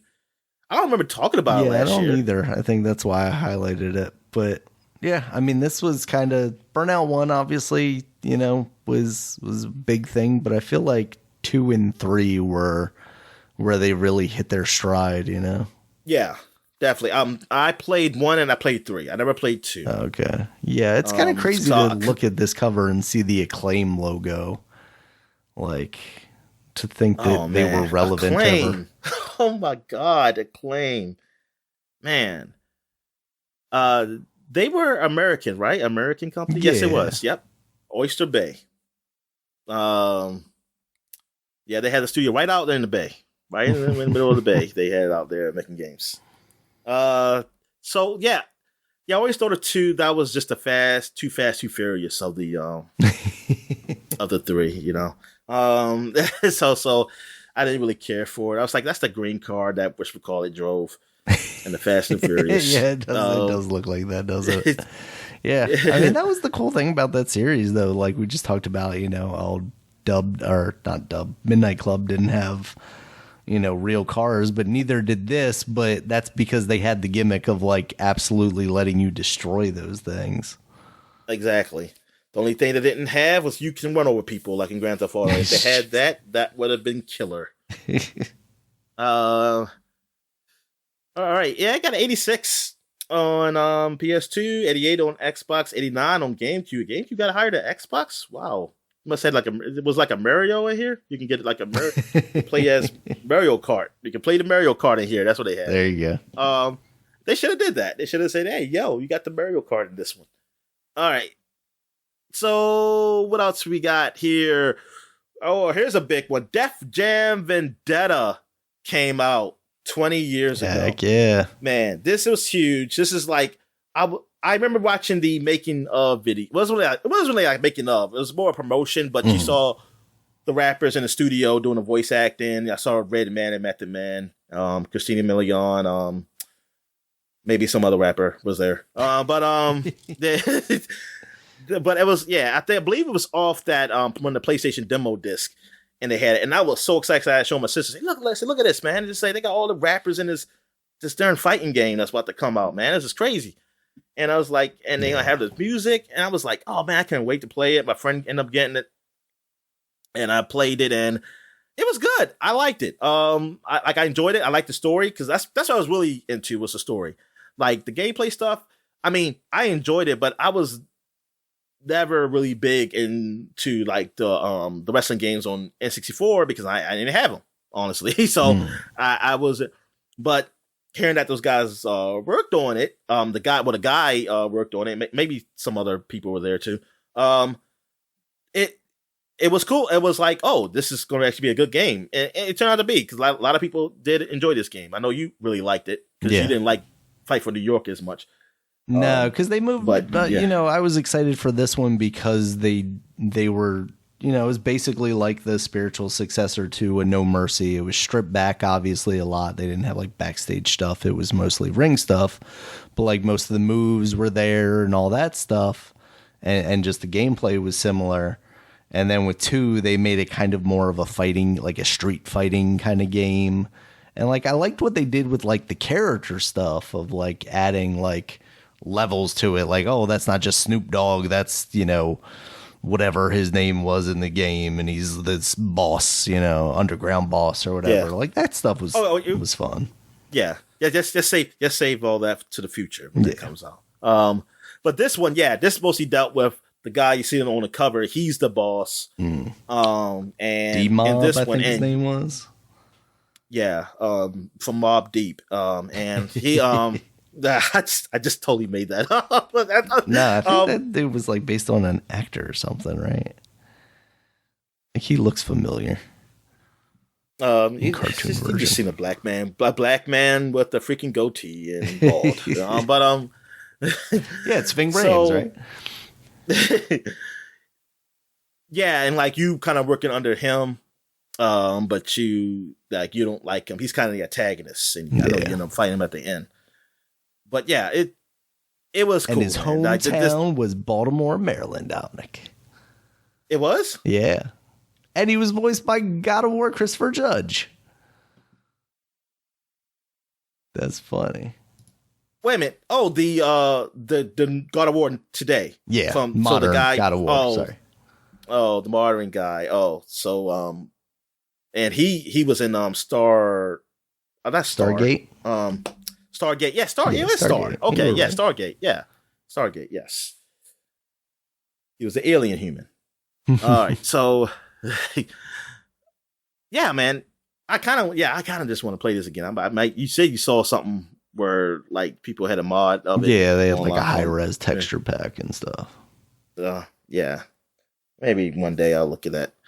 All right, so now we're going back 30 years. 30 years ago, this was huge. Breath of Fire came out 30 years ago in Japan for the Super Nintendo, or the Super Famicom, I should say. That's what they call it over there. And then they changed it because they realized, oh, that's a stupid name. Let's call it something that the Americans were really like. Super Nintendo. Hey, Nintendo. It's just called after our company. It's called after our company's name. We just call it Super. And there you go. Breath of Fire is an RPG by Capcom. I played very little of it on the Switch because of the console stuff. What's it called? The online Super Nintendo console thing they got up there. If you pay for online. So it's a like a basic RPG, JRPG, old JRPG style and everything. I didn't really stick me. I mean, because I'm playing other games, and it didn't really have nothing as big an interest me. But I just heard like this is like the start of the series that has gone for a while now. I think the latest game was probably in it was there apparently there was. I was thinking about 2002, but yeah, there was something in 2016, but it's a phone game, so that don't count. So yeah, there's some in 2016, Breath of Fire 6. I see here, and yeah, Breath of Fire. Every time I hear about it, like I saw it, it never interests me. Always looked kind of boring compared to like the Final Fantasies that I played. So I was like, I didn't care. I didn't really care about it. Now looking back, maybe I would have liked them. I'm not sure, but I don't know, man. Like even Famitsu gave it a 28 out of 40, which is okay. Yeah, that's not great. For Breath of Fire 3, they didn't even have a well, that's 70% on game rankings. It's probably like a Game Boy Advance release or something. Oh, Metacritic has it 79%. Really? 79% for the first one? Like how really good is this game? What's the plot here? Each character hails from different clan made up anamorphic human-like beings or humans with fantastic powers with their assortment magic, blah, blah, blah. Main character name is Ryu from Street Fighter, because it is Capcom. So that's Ryu for Street Fighter, Dan. This is how we know how he becomes a Street Fighter. One of the last surviving members of the Light Dragon clan who have been driven to near extinction by their enemy, the Dark Dragon clan. When his sister Sarah is captured, blah, blah, blah, blah, blah, blah, blah. During the gameplay, the players can be recruited, blah, blah, blah. I don't care. This is stupid. I mean, it's not stupid. It's just, this is telling me nothing. It's boring. Okay. Yeah, it's very old-timey. I mean, if you're into this, like the old-timey stuff, JRPGs, this is it. I mean, I'm more of a Dragon Quest guy. It was just starting too slow, but plus I was in the mindset for it. I mean, honestly, maybe if I just get in the mind to like just focus on the game, I probably would realize I liked it. But this is big in the grand scheme of things because this was a popular series, and that has, I guess, died out in the PlayStation 2 era, really. With Dragon Quest, well, it's not called 5. It's called something. Breath of Fire. I say Dragon Quest. Breath of Fire, Dragon Quarter. I don't even think that came in. Did they even come in the US? Oh, it did come in the US. Yeah. And it got a decent score. It got decent scores, but it has not done anything since then. Like Capcom, well, I think it's probably more of Capcom falling, like just like when they were kind of in financial troubles and stuff. Maybe that's what really just that maybe that's why they held back. They just focused on Resident Evil, and Street Fighter. What else did Capcom do? Besides Resident Evil and Street Fighter, nothing. They don't do Mega Man anymore. Yeah, they don't do Mega Man anymore. They what else they used to do? There was another game. I was just on the tip of my tongue. Well, this one. They got Monster Hunter. Oh yeah, that's right, Monster Hunter. Yeah. Shows how much we care about that game. Yeah, but I'm just saying, it's like those are like huge franchises, but none of these other franchises, like no Dino Crisis. Where's that at? And it was another game on Capcom that I was thinking about. They're working on that Dragon's Dogma game, but that was never a big series. Yeah, I was about to say that wasn't big. That was like a cult series. They were like, hey, we were Dead Souls. So what the fuck is this? What's this? Demon Souls before Demon Souls. Because it's supposed to be like a real hard game, apparently. Yeah. I didn't ever do that. I'm glad I didn't buy it then. I would have been pissed. All right, so I guess that's it. And I guess we'll take a quick break. When we get back, we'll get to the gaming news. All right. And we're back. let's get to the gaming news. What we got, Dan? All right, Dominic, life was good, but then Microsoft decided to fuck everything up. So apparently, for a while now, people have been running emulators on, especially I've seen it a lot on the Xbox Series S, because it's, a smaller, more compact, lighter hardware, but apparently it still runs emulators very well. And people have been able to do this through the connection to the Windows Mobile Store, basically. Okay. I didn't actually realize that you could do it in retail mode, but I think it's because you go into developer mode and then you sideload the thing and then you go back into retail mode. But apparently Microsoft is locking that down. There is a provision in their terms of service basically saying, we don't support emulation of game consoles and whatnot. So yeah, people have kind of been locked out of that feature. Now you can still do it if you pay the $20 to get developer mode access, because Microsoft has made it so basically every Xbox is a dev kit, and if you sign up for their account service you can basically sideload anything, because the intention is that you're building a game on there. So of course, whatever software. That's exactly what I'm doing. I'm just trying to play these emulated games to inspire me to build a game. Yeah, exactly. Yeah, I mean it sucks. I mean, obviously, I know why they would do something like this. They don't want to make it look like they officially support this, even though emulation is theoretically legal. It's the ROMs and the way you get the ROMs. Just put a warning. Just say, don't do don't do drugs or something like that. Say, you wouldn't steal a car. You wouldn't steal a game. Don't emulate. Real gamers don't emulate. Real gamers don't emulate. There you go, Dominic. We need bumper stickers. Yeah, but for some people, I saw on Twitter, obviously Twitter is a very vocal minority, but people saying, it's sad because this was one of the big selling features of the Xbox, which I don't think is true at all. It might have been for that specific person. That's why my sister got it. She was like, "Oh yeah, I'm emulating everything." Yeah, it might have been for that specific person, but yeah, nobody's going into a store going "Oh man, there's an Xbox here and a PlayStation. Should I get the Xbox so I can emulate everything?"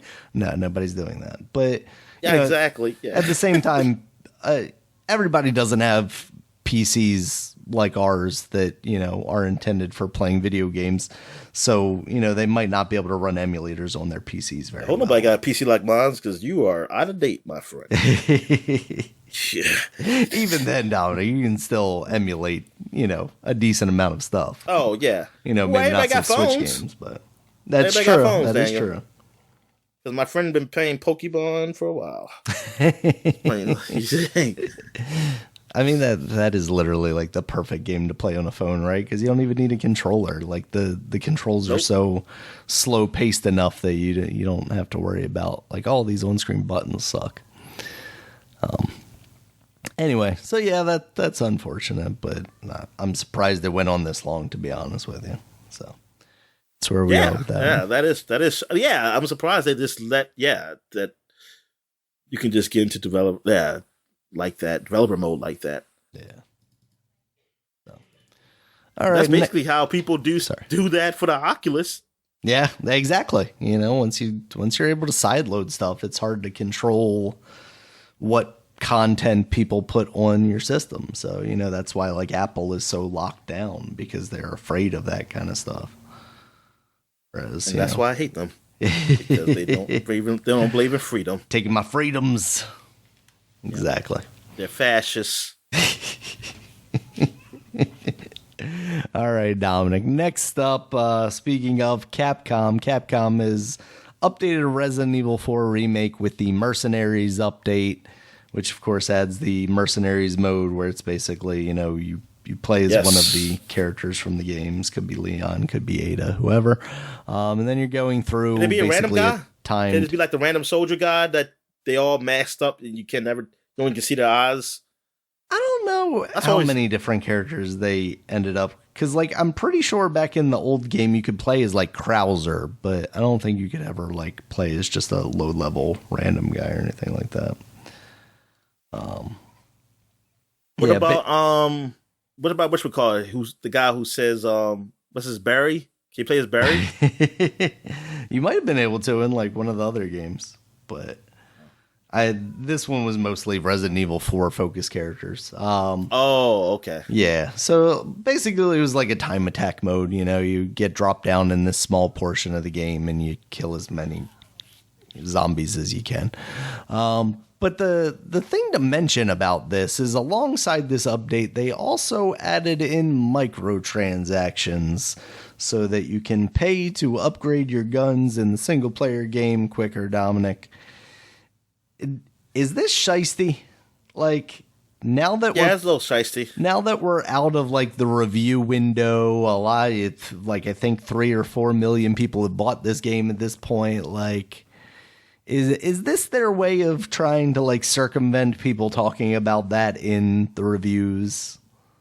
But that's just like, yeah. Oh, you think it's that far? I don't. Maybe. I wonder. Maybe. Because like, I'm not totally against this. Like, if there are people that want to pay to make their guns upgrade quicker in a single player game, maybe they don't have enough time to. That's what Ubisoft been doing. They make your character upgrade quicker. Exactly. You can pay for this, but pay for this. Yeah. Even though if you pay on, if you got a PC, and I hope nobody bought that on PC, because it's like there are trainers for that. What are you talking about, Dominic? That's illegal. Upgrade. You're stealing money from Ubisoft by using your trainer, Dominic. How dare you? You shouldn't be. No. Cheats should not be. They should not be selling cheats. That needs to be by a third party, like Action Replay or something. There needs to be a rando on the internet selling me these cheats. Which they are. There's a cheat thing. I mean, there's only a market for that because they're not putting them into the game, right? So now they're putting them into the game. So now you don't have to pay a rando. Now you can pay them directly, Dominic.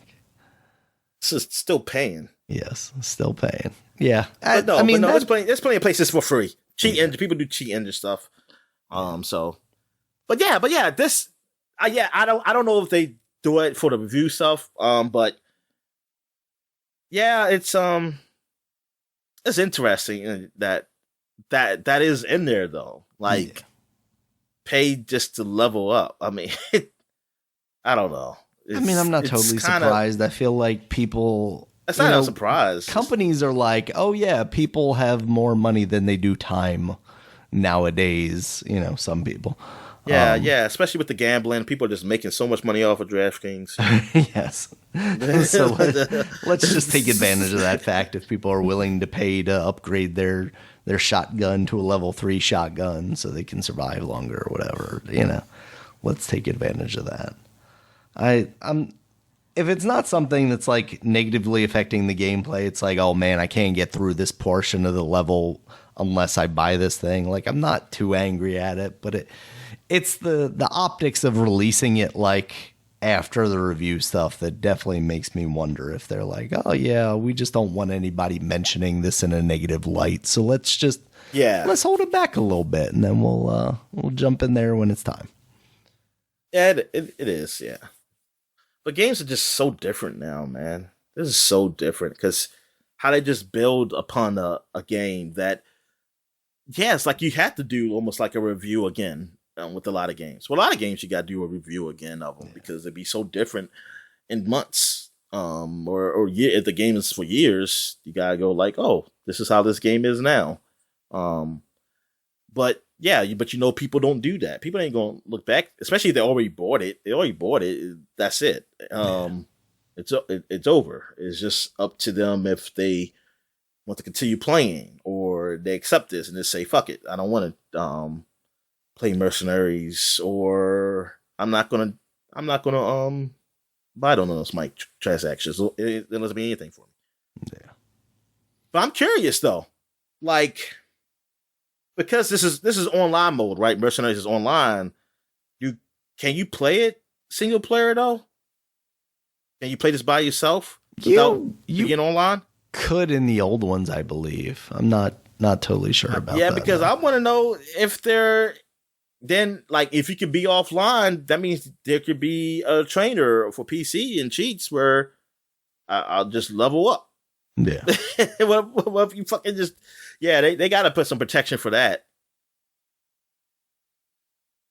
Yeah. No. If that stuff is affecting like the multiplayer stuff, or even like Mercenaries, where I think they're like leaderboards and stuff. Well, But yeah. I think this is usually online, mostly though, focused around the single player campaign. mostly with the online stuff, they don't have trains for that. But even if they do, I tend to see people say like, "Oh no, don't." They banned them or something like that because somebody will say something. Snitches. But I mean, it's different when like, hey, I'll just level up my weapons. They're all leveled up, and then I go in and just play normal. But I was like, I didn't have to spend all that time or money on it. Gotcha. All right, Dominic. Next up, it's kind of what I'm doing with Avengers. Though I don't think they have a thing where you can buy. Is there anything you can buy to make yourself level up faster? I don't even know. Is the store even still open? No, I think the store stuff is shut down now that everything's free. Yeah, so it don't even matter no more. I don't think nobody cares no more about the fucking game. Hell, well, what about Outriders? I guess there's. Did everybody just move over there and just supporting that? That's what they're doing? I don't know. That's a good question. What is up with Outriders? All right, Dominic. Next story. Just saw this one this morning. Apparently, American McGee is going to be retiring from video games following basically a failed pitch for Alice Asylum, which is the third game in the Alice series. What was the last game he did? Wonderland. I'm trying to think if Madness Returns was the latest game he did, didn't know or he if was it a was real that person. American McGee's Weird West or whatever. I didn't know American McGee was a real person. I thought it was just like this was a story of Alice, and this was like some guy who wrote it, and or something like that. Yeah. I mean, I thought maybe it was a person that he's dead now, or like I don't know, like almost like a Tom Clancy kind of thing. I didn't think he was like a. Well, Tom Clancy's a real guy. Yeah, no, I'm saying like he's dead, but I'm just saying like they still use his name. Right. Now I gotcha. Yeah, Alice. Is that what he does in all his games? The last game that he worked on. Yeah, and that's the last thing I know him from. That's basically the only thing I know him from. And that's like the only thing I know him from. Yeah. He. I mean, does he? He did work on as far back as Wolfenstein 3D. Was it id Software? He worked on Doom, Doom 2, Hexen, Doom 64, Quake. So yeah, he started ever since the Alice in 2000. That's when he started naming his games, put his name in there. Yeah, because he had American McGee's Alice. His name is American? Is that his real name? Yes. Let me see.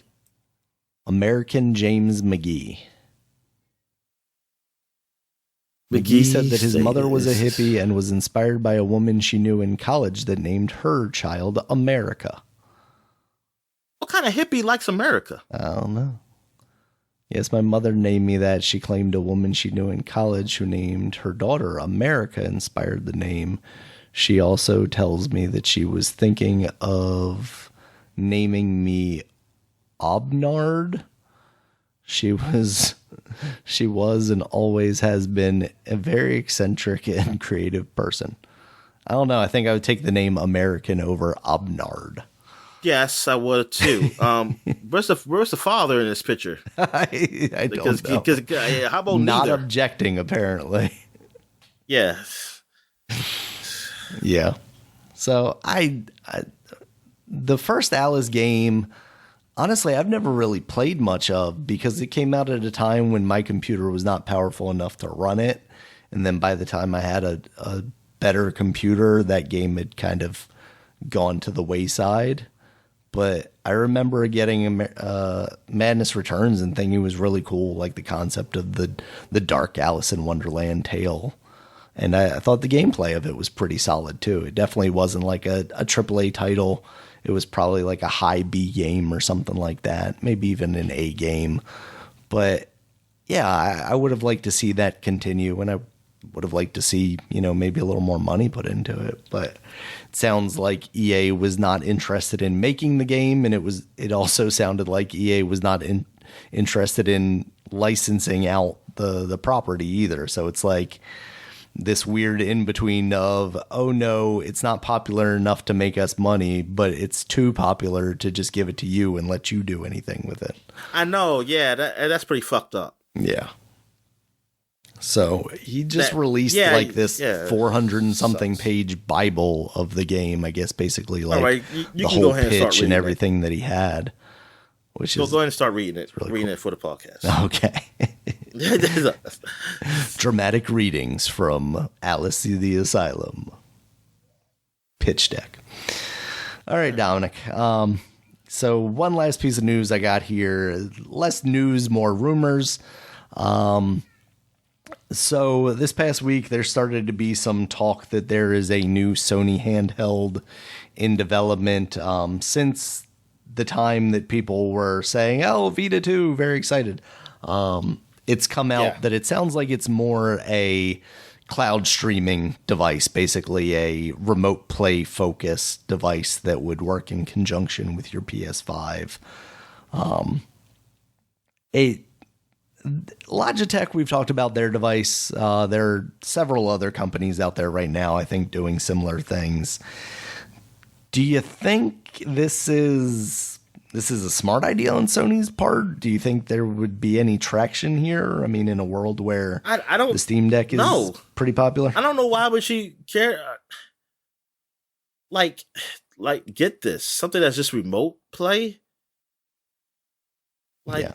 I mean, there's definitely a cost aspect to it too. Like, how much would you be charging for this as kind of like this extra thing? But it sounds like it's basically a DualSense controller with an 8-inch display, which that's pretty big. So I'm thinking this thing would be pretty expensive, like in the $200 range. And at that point, 8-inch? Yeah, that's like a Switch size, right?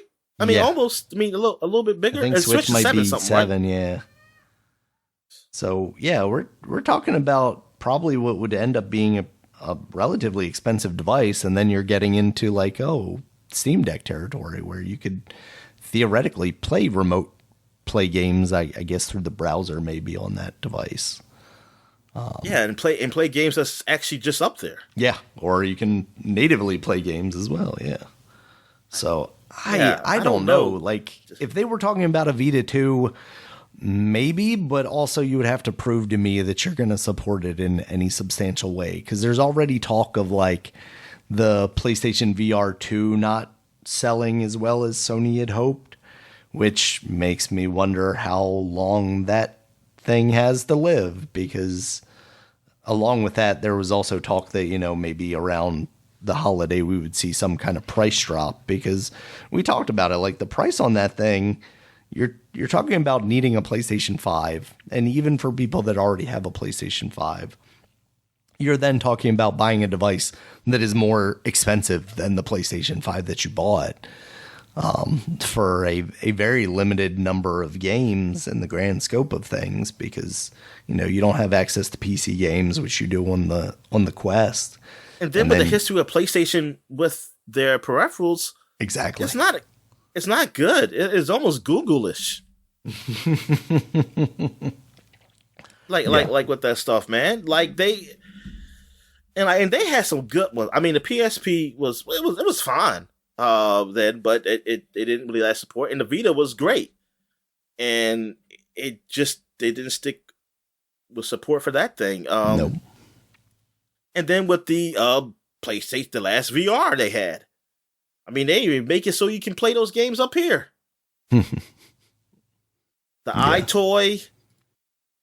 Look, I ain't saying all those things have to work, because man, you get peripherals. Some things don't work. Some Nintendo peripherals don't work. But the thing is, you've seen their best. We've seen their best, and they have some stay with support with it. So it's like you're asking people to buy a very expensive VR headset, and now like I don't know if you're going to support this, and then I don't even have the library of the previous games you had. I would have to hook up a goddamn PS4 back up and that thing, and then this thing, this Q Lite, which you don't really have to support really Yeah, I mean, I Because guess that's hopefully the thing, right? Is like we make games for the PS5 and then basically can profit but by having people buy this. Like, why? Like, I don't know why get it. Like, I don't know. I mean, I know people will say, oh, well, I want to play it on a bigger screen. I mean, I guess if you want that, but I know there's other options you probably could do. Yeah. With that, and instead of buying this device, if this is true, if this is what this is, yeah, I feel like this got to be something more. I wouldn't just buy it. It's just a shell that lets me, like, look at it. Come on, man. It's like you got tablets and all this stuff. It's like, PlayStation, just make an app so you can do that. Yeah, exactly. So we'll see. I mean, how soon do you think you could see them announcing this? Like, this would be an E3 style announcement if they still had E3, but I can see them announcing it this year. PlayStation Direct this year, and I wouldn't be surprised if it came out like the end of the year or something, if it's a thing. Mm-hmm. Yeah, I wonder. Like, I know it's probably different markets, but like, how much if they did release this, would they be kind of cannibalizing PlayStation VR stuff? It's like, oh, well, I've got a PS5 already, and like this holiday season I could buy a PSVR 2, but like the streaming thing's kind of cool. I want to leave the house and still play my games or something, as long as I got a cellular connection or something. I guess I just feel like somebody buying that. I just want to know. Yeah, I just want to know who the market is. Like, who is getting this? Yeah, because it doesn't seem like that Logitech one sold particularly well. So I don't know how you look at that and go like, yeah, this is the market I want to jump into, unless you're like looking at Steam Deck and going like, oh yeah, they're doing it, but we don't want to have to just make dedicated hardware or something. I don't know. Seems weird. I guess we will see. But them's the rumors. I don't know why they just don't do with Xbox. Just make an app on the phones or any like wireless device that can do apps and make it so you can stream your shit up there, or make it. I can see you prioritize like something for your controller to hook up to the phone, or something, or to. Well, I don't know how you do it for a tablet. It's kind of heavy. Just make it just have something where people got the tablet holders where they can watch movies, so they just make it to like, or games. Just got a controller, hook it up to it, whatever. Yeah. But yeah, I don't see this. Why would you spend money on a device that's all it does? When you got devices that people do use already, they already have it. Can I play Game Pass on this one? Then maybe we'd be done. Yeah, it's like, what else can you do with this one? Yeah, it's like, well, can you do anything else with this? You would hope they at least give you some like access to a browser where maybe it's not like officially supported, but it's like, oh, hey, you could play Fortnite streaming from Game Pass or something on here. I just don't know. Like it seems such a silly move for them. So I don't know. All right, Dominic, that was the news I saw this week. Did you see anything that you wanted to talk about? No, I'm good. All right, we'll get into these new releases real quick. Not many, but we got Meet Your Maker this week. That's for PC, PS4, PS5, Xbox One, and Xbox Series. I believe that is the April PlayStation Plus game, or April PlayStation Plus game as well. So if you got that service, you can check it out for no additional charge. I don't remember Meet Your Maker. Let me look this up, man. Yeah, this is basically the game where you like make different like levels and traps and kind of stuff, and then other people play. Isn't this free on PlayStation? Yep. Yeah. Yeah. PlayStation, whatever. I don't know what version it is though. I think the regular one. I think it's part of the like April free games. Yeah. Oh, that's cool then. That they got that. Yeah, they get to try that out. Yeah, try that out. So that seems all right. I haven't seen too many reviews on that yet. We also have EA Sports PGA Tour on PC, PS5, and Xbox Series. So that's why probably 2K it has a free weekend, because EA Sports PGA Tour just came out. Exactly. Yep. You got to convince people like, hey, you want a golf game, but you can try this one for free. Oh, also there's a PGA event happening this weekend also. So it's a combination. I mean, it's probably that. It's a win-win for everybody. And I mean, this is why EA Sports came out. Is probably because like exactly this date to come out. Who's going to get the live or live or whatever golf tour video game rights? That's what I want to know, Dominic. Or is Saudi Arabia making the game themselves? Saudi, I was about to say, is that the Saudi? The Saudi thing? Yeah. They should. 2K should get it so they can have the Saudi wrestling mixed in with the golf. There you go. Yeah. So there's that. And then, Dominic, the Super Mario Brothers movie came out. I know it's not a video game, but I felt like we had to put it on here somewhere to talk about.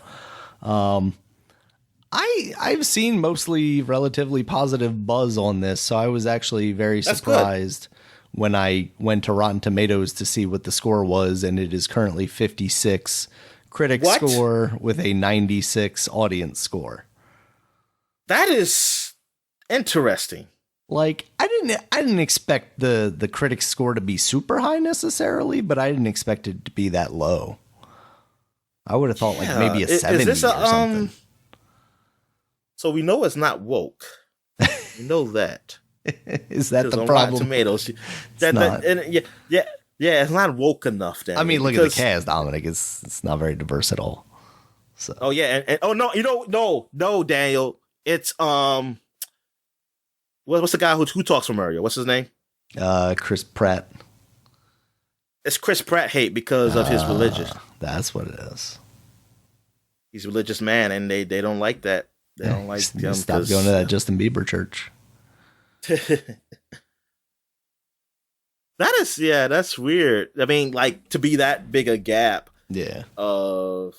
Like with the audience score liking it and like liking this and them not. Like, I've seen it where it's like the other way around. Like, hey, how do you like this movie? And then the audience would be like, oh, that's too woke.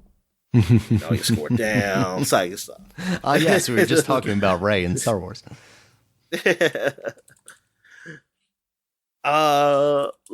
Yeah, there, man. I didn't expect it to be. I mean, I thought it was gonna be a good. I mean, like, critics would have liked it. Yeah, honestly, I would have thought 70s at the lowest, but yeah, I'm a little surprised.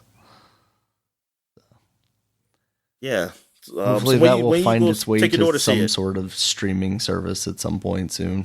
I don't know what it would be. When you take your daughter to see it. What's that? She's not ready for movie theater experiences yet. What? I've seen infants. I mean, you have. Sure.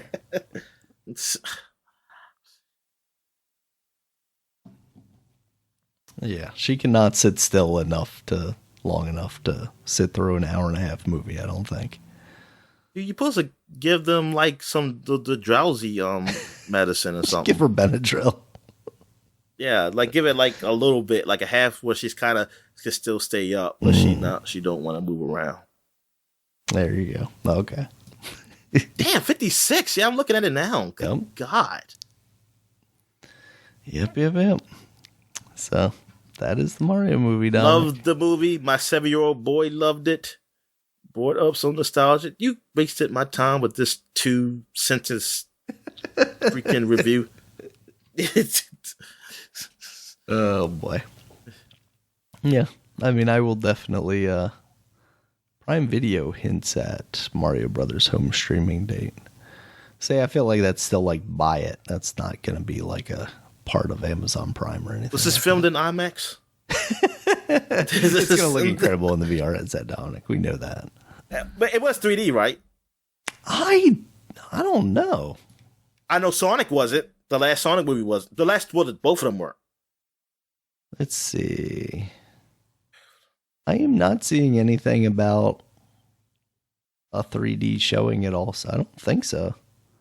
Wow. Okay, no, maybe I'm wrong. The Spokeman review from Spokane, Washington, has the Mario Brothers movie 3D showtimes, so maybe, but I'm not seeing, like, I typed in Mario Brothers 3D movie, and I am not getting a whole lot of like ticket things for, oh no, okay, here's Columbia has 3D, digital 3D. So yeah, I guess there's a 3D version of it. There is also an IMAX version.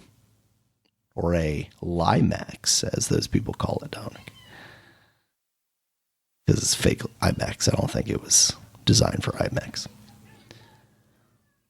So. One of these days, Dominic, you'll be able to get it in your headset. But for now, it is a theater exclusive. So you'll have to venture out to see this movie.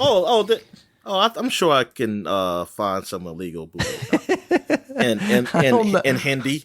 In Hindi, I feel like watching one of those in the VR headset would make you very sick. Like, because the like steady cams, like the handy cams moving around, you're getting jostled around a little bit. You're like, oh, I'm getting queasy. Yeah. All right, Dominic, that is all I've got for the week. You got anything else for the people? No, I'm good, man. All right. Thank you guys, as always, for listening. You can check us out on Twitter. Dominic is at DStallworth5. I'm at Regulus MB. The podcast is at Superpod, SUPAPOD.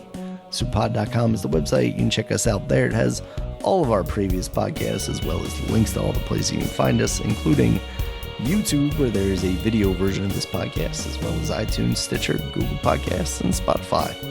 Until next time, guys, we'll talk to you later. All right, see ya.